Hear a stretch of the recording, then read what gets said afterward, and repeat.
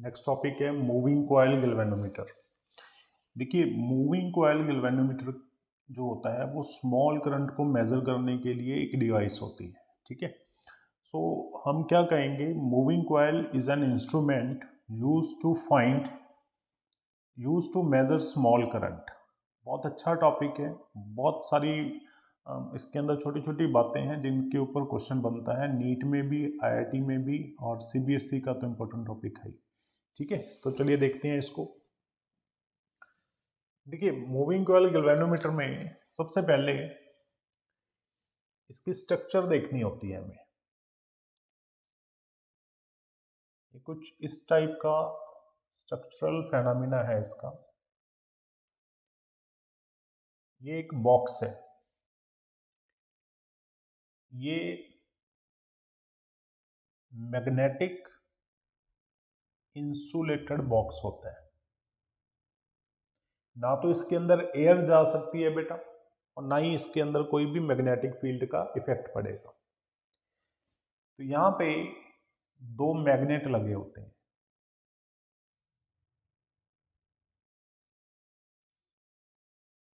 ये radial shape में होते हैं ऐसे। ये नॉर्थ है, ये साउथ है। यहाँ पे एक टर्मिनल होता है T1, एक टर्मिनल नीचे होता है T2। तो यहाँ से एक वायर आती है हमारे पास, और उसके बाद ऐसे एक कॉइल होती है। अब इस कॉइल को बनाने से पहले हम यहाँ पे एक बनाएंगे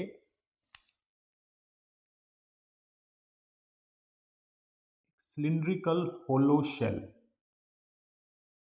ठीक है, जो आयरन का बना होता है, और इसके ऊपर होती है एक ऐसे फ्रेम। ये जो फ्रेम है ये ब्राश का बना होता है। तो इस फ्रेम के ऊपर ये कॉइल होती है। तो हम ऐसा करते हैं, थोड़ा सा इसको कलर चेंज कर देते हैं।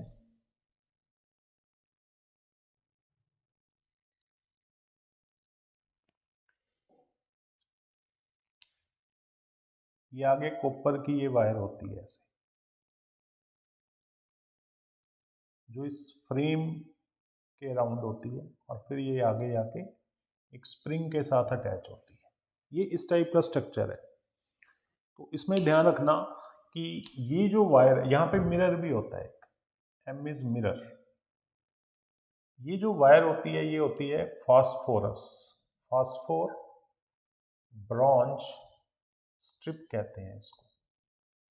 ये जो नीचे पॉइंट होता है स्प्रिंग एस डैश, ये भी इसी का ही बना होता है। ठीक है, और ये जो अंदर मैंने सिलेंडर रखा हुआ है ये वाला, ये जो सिलिंड्रिकल शेल है, सिलिंड्रिकल होलो शेल, ये जो है आयरन का होता है, सॉफ्ट आयरन का। उसके बाद ये जो ब्लैक कलर का दिख रहा है ये है फ्रेम। ये होता है ब्राश फ्रेम।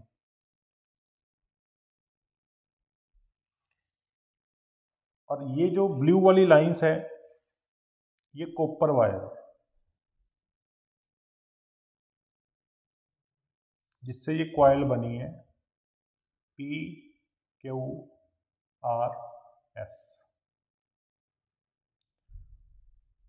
और नॉर्थ साउथ हमारी मैग्नेटिक फील्ड है, ये ऐसे जा रही है।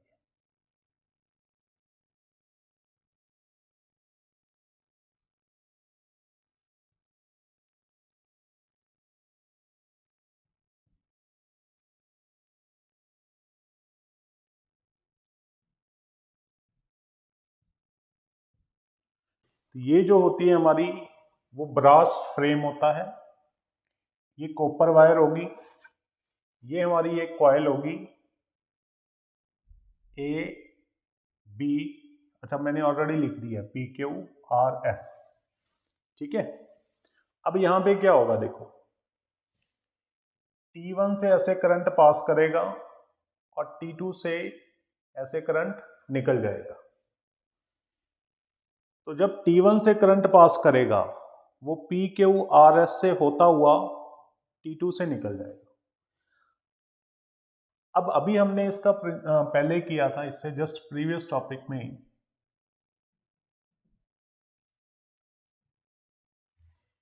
कि when A current carrying coil placed in magnetic field it produce torque. तो इसका प्रिंसिपल भी यही है। So when A current carrying coil placed in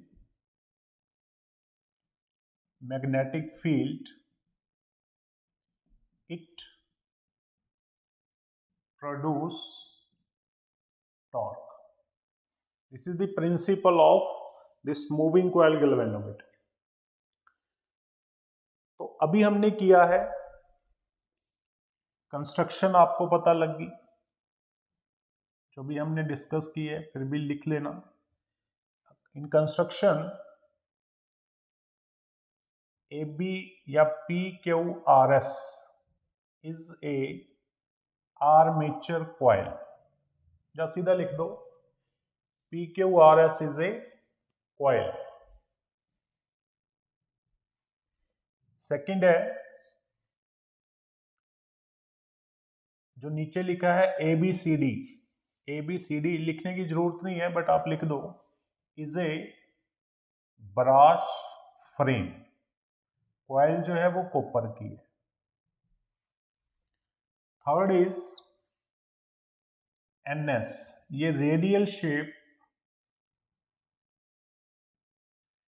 shape magnetic field है। ठीक है, अब देखिए, अभी हमने क्या किया था कि when A coil placed in magnetic field it produce torque. कितना टॉर्क होगा? BM इंटू कॉस थीटा, या इसको आप ऐसे भी लिख सकते हो BNIA cos theta, where theta is the angle which this coil make with this magnetic field. तो जब करंट हम पास करेंगे T1 टर्मिनल से, वो फास्फोरस ब्रॉन्ज से होता हुआ इस कॉइल में आएगा, ये कॉइल रोटेट करेगी। जब ये रोटेट करेगी देन इसके साथ हमने एक पॉइंटर अटैच किया होता है ऐसे, this is called pointer. P is a pointer, और ऊपर लगा होता है एक स्केल ऐसे करके। तो जब ये कॉइल में से करंट पास किया देन कॉइल इज रोटेट।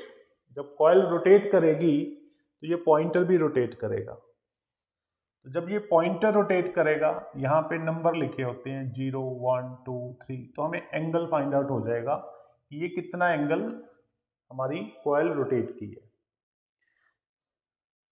अब देखो, ये फास्फोरस ब्रोंज की जो वायर है ये ट्विस्टिंग बिहेवियर हमें देती है ना।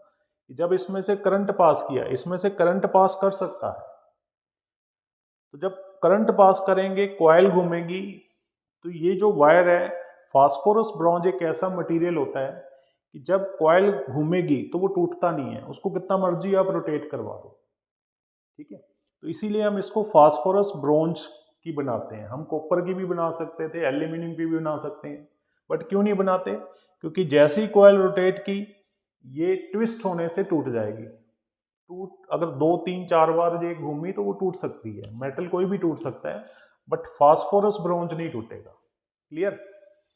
ये तो हमारा बेनिफिट हो गया कि why we use phosphorus bronze strip. ठीक है, अब हमने कॉपर क्यों लिया? Copper is a good conductor of electricity, तो कॉपर की वायर में से करंट जो है वो अच्छी तरह से पास हो जाएगा, इसीलिए हमने कॉपर की वायर ली। फिर हमने ABCD फ्रेम क्यों लिया? जो कि हमारा फ्रेम किसका है? ब्रश का। वो फ्रेम इसलिए लिया ताकि कॉपर की वायर उसके ऊपर अच्छी तरह से हम लपेट सकें उसको। ठीक है, फ्रेम के चारों तरफ रहेगी तो वो खुलेगी नहीं। अच्छा, ये ब्रश का क्यों लिया? क्योंकि ब्रश जो होता है वो इज नॉट वेरी गुड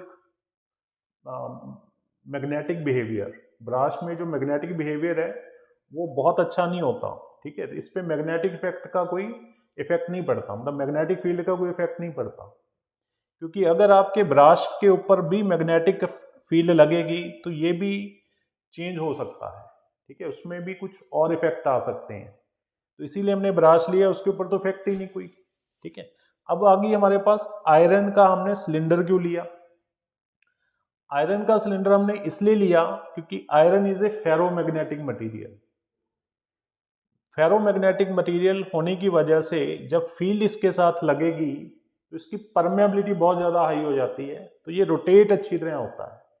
तो अगर हमारा आयरन जो है, जो इसके अंदर हमने सॉफ्ट आयरन रखा हुआ है, अगर ये बहुत अच्छी तरह से रोटेट करेगा तो कॉइल भी अच्छी तरह से रोटेट करेगी।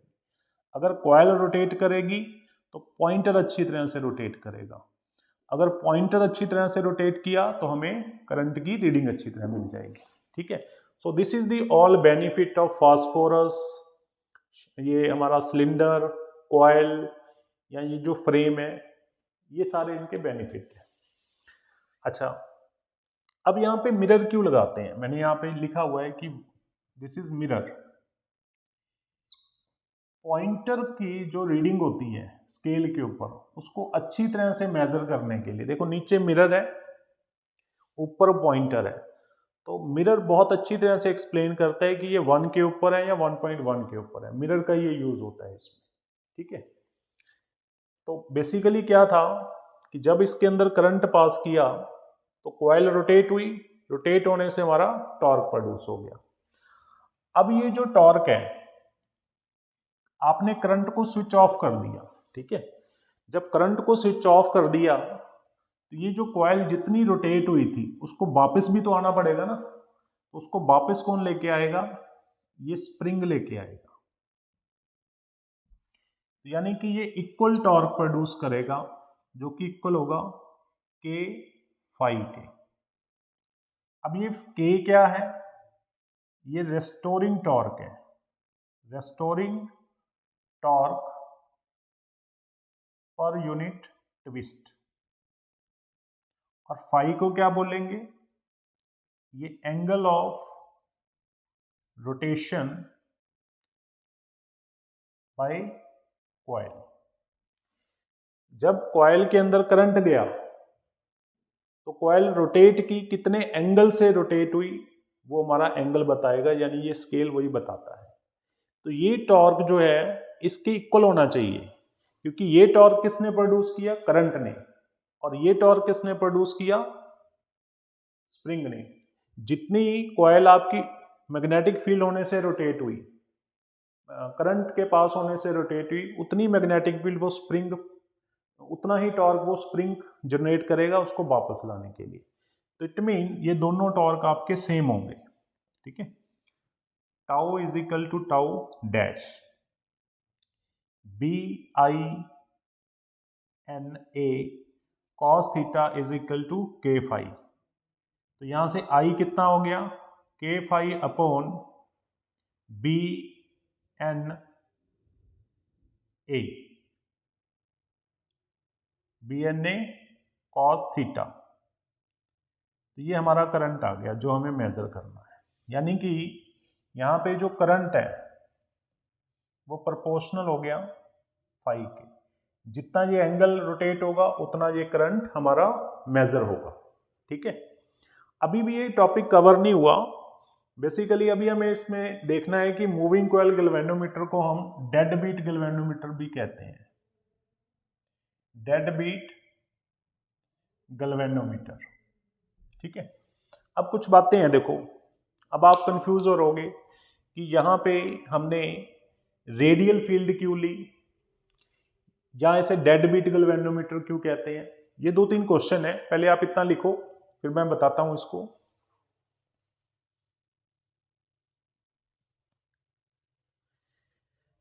ये वाला पार्ट मैं ले लेता हूं बेटा, डायग्राम वाला पार्ट।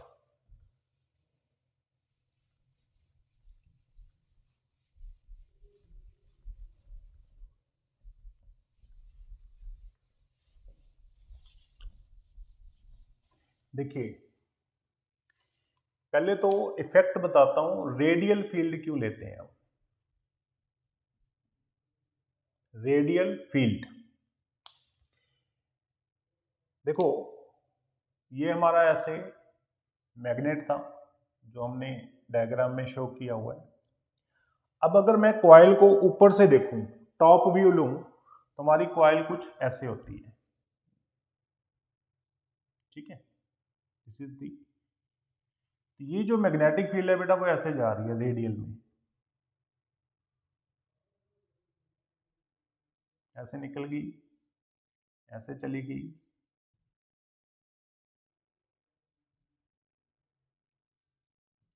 ये मैग्नेटिक फील्ड रेडियल होने की वजह से हमेशा पैरेलल रहेगी इस कॉइल के।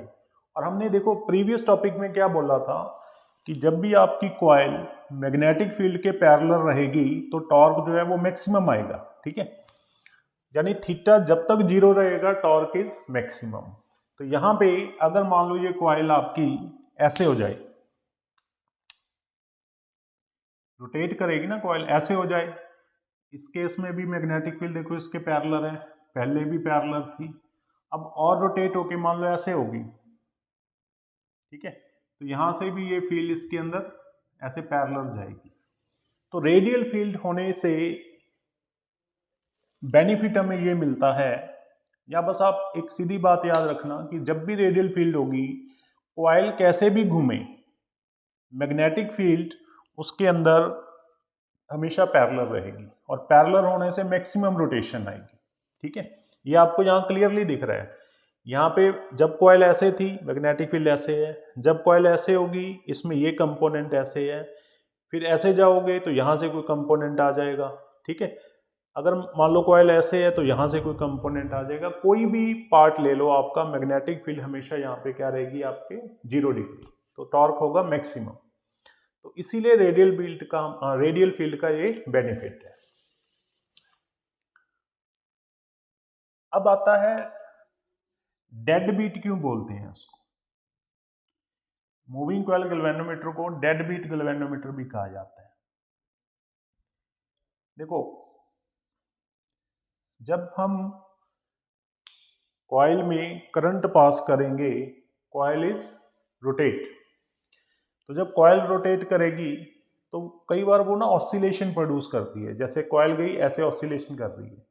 तो जब ऑसिलेशन करेगी तो इसके साथ जो पॉइंटर है और जो स्केल है ऊपर, तो वो भी ऐसे पॉइंट करता रहेगा, तो हमें रीडिंग लेने में प्रॉब्लम आती है। तो रीडिंग लेने में प्रॉब्लम आएगी तो उस टाइम पे क्या होता है, डेड बीट अगर है वो, तो वो जैसे ही कॉइल घूमी एक जगह रुक जाएगी, जैसे ही करंट गया एकदम से वापस आ गई, ठीक है। ऐसा क्यों होता है? ऐसा इसीलिए होता है क्योंकि ये जो कॉइल है अगर ये डेड बीट है, क्योंकि कॉइल में क्या होता है बहुत सारी टर्न्स होती हैं, ठीक है। नेक्स्ट चैप्टर में ये चैप्टर नंबर 6 में ये कंसेप्ट आएगा एक एडी करंट। तो जब भी कोई कॉइल जिसमें बहुत सारी टर्न्स होती हैं उसमें जब करंट पास करता है तो उसमें एडी करंट आता है। तो वो एडी करंट उस करंट को अपोज करता है जो उसमें फ्लो कर रहा है। जैसे हमने क्या किया था, करंट को मेजर करना है गैल्वेनोमीटर में, तो डायग्राम ऐसे बनाया था कि कोई करंट आता है इस कॉइल में, तो ये कॉइल रोटेट की, तो इस करंट के अपोजिट एक और करंट प्रोड्यूस हो जाता है जिसे एडी करंट कहते हैं। मैं फिर से बता रहा हूं, जो कॉइल है इसमें बहुत सारी टर्न्स हैं, जब उस टर्न में करंट पास करते हैं और उसको मैग्नेटिक फील्ड में रखते हैं तो उसके अंदर एक और करंट प्रोड्यूस होता है जिसे एडी करंट कहते हैं। जो करंट एडी करंट है हमारे जो नॉर्मल करंट उसमें पास कर रहा है उसको अपोज करेगा, तो जो उसके अंदर ऑसिलेशन प्रोड्यूस करता है, यानी ये करंट जो है रिस्पॉन्सिबल है ऑसिलेशन के लिए, बट एडी करंट उस ऑसिलेशन को रोक देता है। तो इसीलिए जो moving coil galvanometer dead beat है उसकी रीडिंग इमीडिएट आ जाती है, ठीक है। तो this is the all topic of moving coil galvanometer. इसमें 2-3 बातें और हैं, पहले आप इसको लिख लो फिर इसको खत्म करते हैं।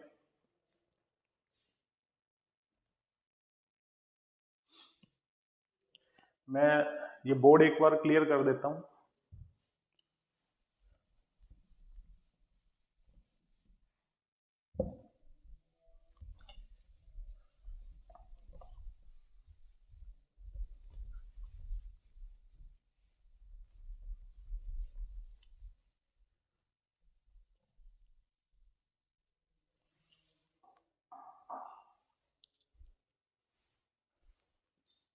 Sensitivity of galvanometer. गैल्वेनोमीटर की सेंसिटिविटी देखेंगे कि करंट से और वोल्टेज से उसकी सेंसिटिविटी पे क्या इफेक्ट पड़ेगा। ठीक है, सो टॉपिक है current sensitivity.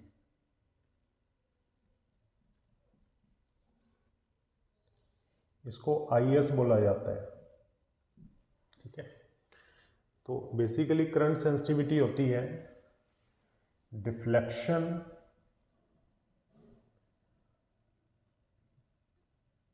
Bye galvanometer when unit current is passed through wire। तो ये सेंसिटिविटी क्या होगी, IS is equal to 5/I, ये इसका फॉर्मूला है। ठीक है, तो अभी हमने इसके ऊपर एक फॉर्मूला बनाया था जब हमने कहा था कि K is equal to BNIA cos theta होता है। थीटा हम इसमें मैक्सिमम लेके चलते हैं बेटा, cos थीटा की वैल्यू 1 है, यानी कि यहाँ से 5/I की वैल्यू हमारे पास क्या आएगी, BNA, ये 1 हो गया, K नीचे चला गया, K इधर आ गया। यहाँ पे जो करंट सेंसिटिविटी है गैल्वेनोमीटर की, यानी कितनी डिफ्लेक्शन आ रही है जब हम यूनिट करंट पास करेंगे, तो its value is equal to BNA upon K, current sensitivity हो गया जी। सिमिलरली ऐसे हमारे पास होता है वोल्टेज सेंसिटिविटी। तो वोल्टेज सेंसिटिविटी क्या है, वोल्टेज सेंसिटिविटी को हम डिनोट करते हैं VS से। तो जैसे डिफ्लेक्शन बाय गैल्वेनोमीटर पर यूनिट करंट आया है, ठीक है, बाय यूनिट करंट आया है, ऐसे ही बाय यूनिट वोल्टेज आएगा।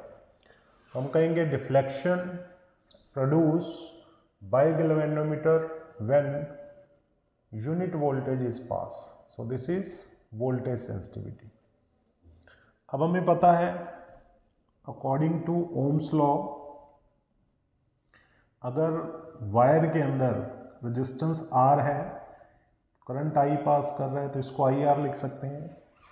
सो इसलिए phi is equal to IR, और 5/IR को हम करंट सेंसिटिविटी कहते हैं, तो इसको IS/R भी कह सकते हैं। यानी ये वोल्टेज सेंसिटिविटी का फार्मूला हो गया।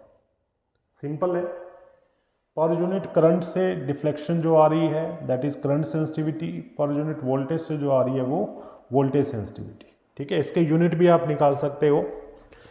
जैसे इसका यूनिट क्या होगा,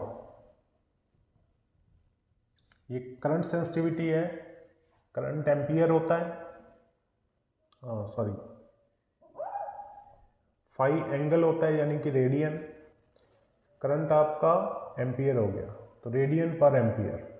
सिमिलरली वोल्टेज सेंसिटिविटी का ऐसा यूनिट क्या हो गया, रेडियन पर वोल्ट। ठीक है, देखिए इसको,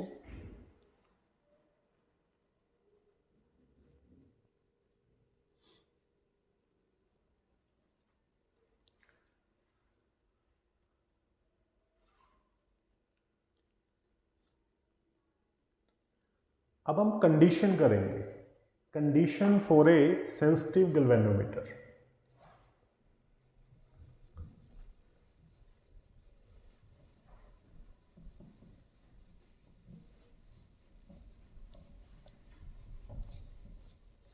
देखिए कंडीशन फॉर सेंसिटिव गैल्वेनोमीटर क्या है,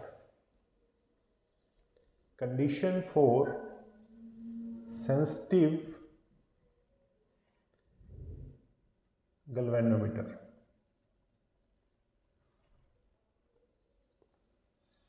देखो सेंसिटिविटी का मीनिंग क्या है, अभी हमने समझा कि डिफ्लेक्शन कितनी प्रोड्यूस हो रही है जब उसमें कितना करंट पास कर रहा है, पर यूनिट करंट कितना पास कर रहा है, या पर यूनिट वोल्टेज कितनी है। तो बेसिकली तो गैल्वेनोमीटर का काम क्या है, स्मॉल करंट को मेज़र करना। तो हम इसकी जो कंडीशन करेंगे, कंडीशन फॉर सेंसिटिविटी देखेंगे, वो थीटा को लेके चलेंगे, हम फाई को लेके चलेंगे, ठीक है। तो अभी हमने फाई क्या निकाला है, फिर से वही इक्वेशन ले लेते हैं, बी एन आई ए कॉस थीटा हमारा 1 था इंटू के फाई। तो यहाँ पे फाई कितना आ गया, B N A I divide by K, क्योंकि ये हम ऑलरेडी कर चुके हैं फाई प्रोपोर्शनल टू आई। तो पहले समझते हैं सेंसिटिविटी क्या होती है, इसको लिख लेते हैं, वैसे हम डिस्कस कर चुके हैं। Sensitivity of galvanometer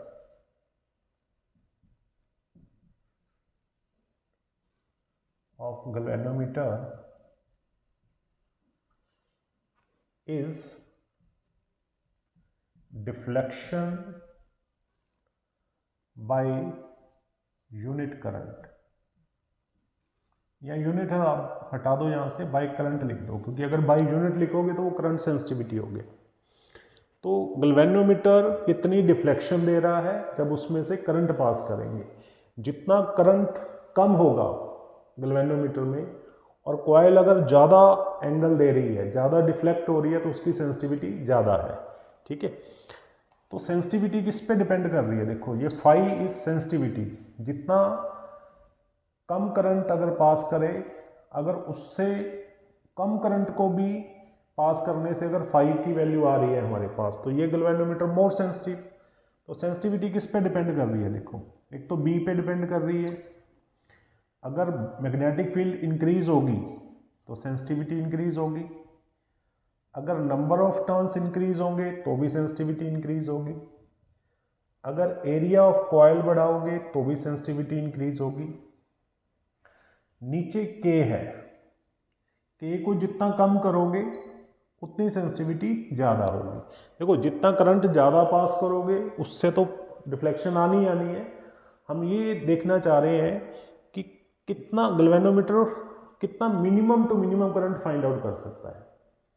1 ampere, 0.1 ampere, 0.001 ampere, जितना कम करंट पास होने से भी अगर हमारे पास एंगल आ रहा है, अगर उसकी कॉइल घूम रही है, एंगल दे रही है, तो इसका मतलब वो बहुत ज़्यादा सेंसिटिव है।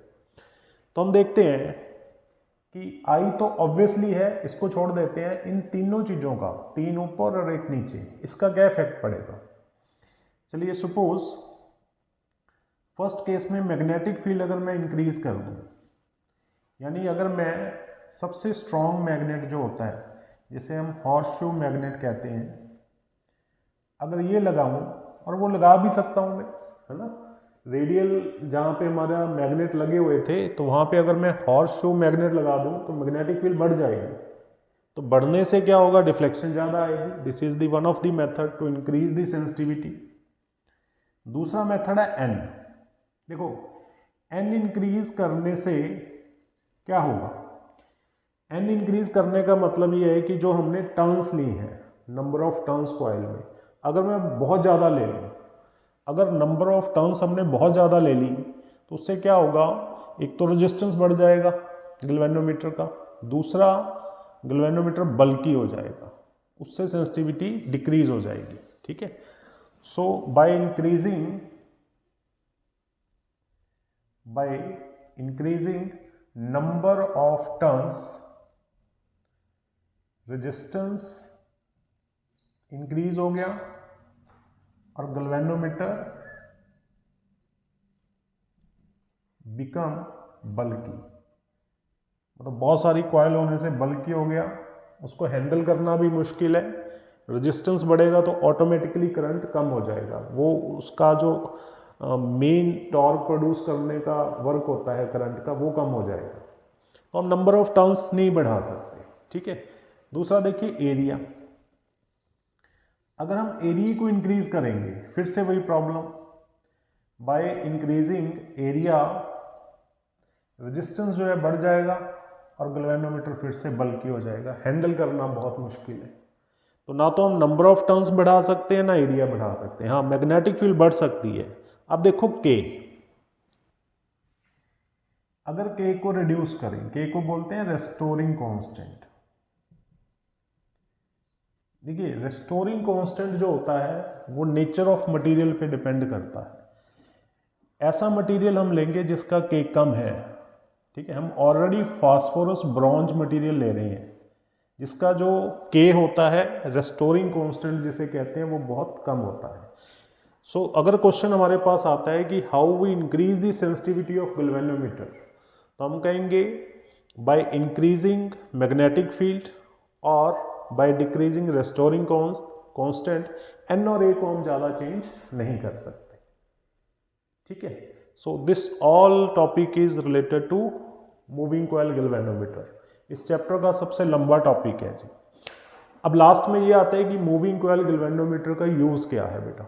तो देखिए, इसका सिर्फ एक ही यूज़ है कि जहाँ पे स्मॉल करंट आपको फाइंड आउट करना है वहाँ पे हम यूज़ करेंगे मूविंग कॉइल गैल्वेनोमीटर। जहाँ पे आपको ज़्यादा करंट फाइंड आउट करना है उस गैल्वेनोमीटर को हमें अमीटर में कन्वर्ट करना पड़ेगा। अगर आपको वोल्टेज मापनी है, वोल्टेज मेज़र करनी है, तो आप मूविंग कॉइल गैल्वेनोमीटर को वोल्टमीटर भी बना सकते हैं, जो कि हमारा नेक्स्ट टॉपिक है अभी, ठीक है। चलिए लिख लो इसको।